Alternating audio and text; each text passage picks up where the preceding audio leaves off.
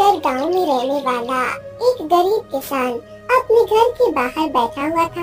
उसके पास कुछ बकरियां और मुर्गियां भी थी। उसने अपने बेटे गोपाल से कहा, गोपाल, मैं खेत जा रहा हूँ। इस बार भी फसल अच्छी नहीं आई है, पर देखता हूँ जितना है उसमें कुछ हो सके। तुम बकरियों को चराने वन में जाओ, वन में अच्छी ताजी घास मिलती है। जी पिताजी, मैं पहले मुर्गियों को खाना खिला देता हूँ और फिर बकरियों को ले जाता हूँ। गोपाल मुर्गियों को खाना देकर बकरियों को वन में ले जाता है। सभी बकरियां पेट भर के घास खाती हैं। अंधेरा होने लगता है। चलो, अंधेरा होने लगा है, अब बकरियों को वापस ले जाना चाहिए। गोपाल सभी बकरियों को घर वापस ले जाने लगता है। गोपाल के पीछे सभी बकरियां जाने लगती है। तभी वहाँ एक लोमड़ी आती है। इतनी सारी बकरियां देखकर लोमड़ी के मुंह में पानी आ जाता है। लोमड़ी एक पेड़ के पीछे छुप जाती है। अरे वाह, मैं तो शिकार के लिए बाहर निकली थी, परंतु आज तो मेरा भाग्य उज्जवल है। इतनी सारी बकरियां एक साथ, इतने दिनों में ऐसी शिकार नहीं खाई है। रोज रोज वो छोटे छोटे खरगोश और गिलहरियां खाकर मेरे मुंह का स्वाद बिगड़ गया है। आज बकरी का ताजा मांस खाकर मजा आ जाएगा। लोमड़ी धीरे धीरे आगे जाने लगती है। गोपाल के पीछे बकरियां चल रही होती है। तभी सबसे पीछे चल रही बकरी पर पीछे से आकर लोमड़ी झपट पड़ती है।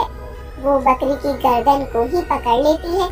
बेचारी बकरी की मुंह से आग तक नहीं निकलती और लोमड़ी उस बकरी को लेकर भाग जाती है। गोपाल और कुछ देर चलता, फिर गोपाल घर लौट आता है।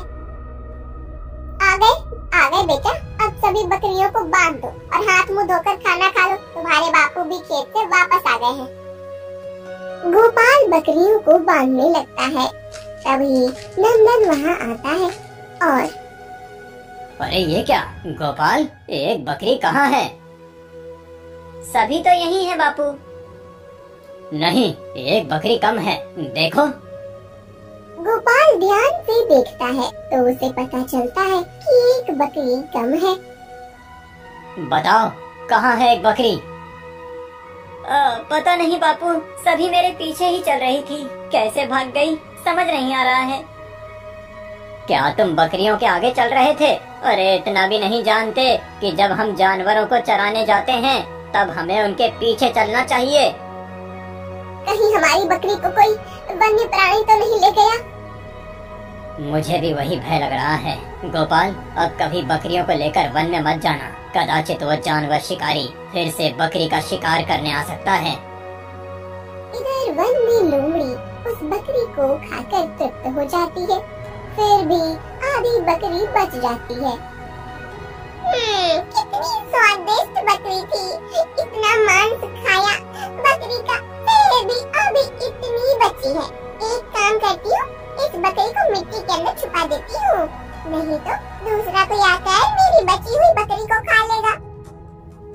फिर लोमड़ी मिट्टी में गड्ढा खोदकर बची हुई बकरी को छुपा देती है। 2 दिनों के बाद लोमड़ी बची हुई बकरी भी खत्म कर देती है। फिर कुछ दिनों तक लोमड़ी को खाना नहीं मिलता। एक दिन, बहुत दिन हो गए हैं, कोई शिकार नहीं मिली है। मुझे तो लगता है कि अब मुझे उस बकरी की खुशबू को सूंघकर उसके बारे में पता लगाना चाहिए। लोमड़ी बकरी की गंध सूंघते हुए किसान नंदन के घर तक आकर पहुंच जाती है। वो वहीं रुककर रात होने का इंतजार करने लगती है। रात होने के बाद किसान का परिवार सो जाता है। बकरियों को आंगन में बांधकर रखा हुआ था। ये देखकर लोमड़ी झट से आती है और एक बकरी को पकड़कर वन में भाग जाती है। अगले दिन नंदन देखता है कि जहाँ पर बकरी बंधी थी वहाँ सिर्फ एक रस्सी है। गोपाल, राधा, देखो, एक बकरी चली गई, कुछ मुर्गियाँ भी गायब हैं। ये क्या कह रहे हैं आप? बकरी कहाँ चली जाएगी? उसे तो बांध कर रखा था। हाँ, परंतु अब देखो, यहाँ सिर्फ रस्सी है, मुझे तो लगता है कि कोई बकरी को उठाकर ले गया है। पर ऐसा कौन कर सकता है? गोपाल और नंदन बकरी को ढूंढने लगते हैं, परंतु उन्हें बकरी कहीं नहीं मिलती। ऐसे कि अब हर 2 दिनों के बाद लोमड़ी आकर एक एक बकरी को ले जाने लगती है। एक दिन गोपाल लोमड़ी के पंजों के निशान देख लेता है।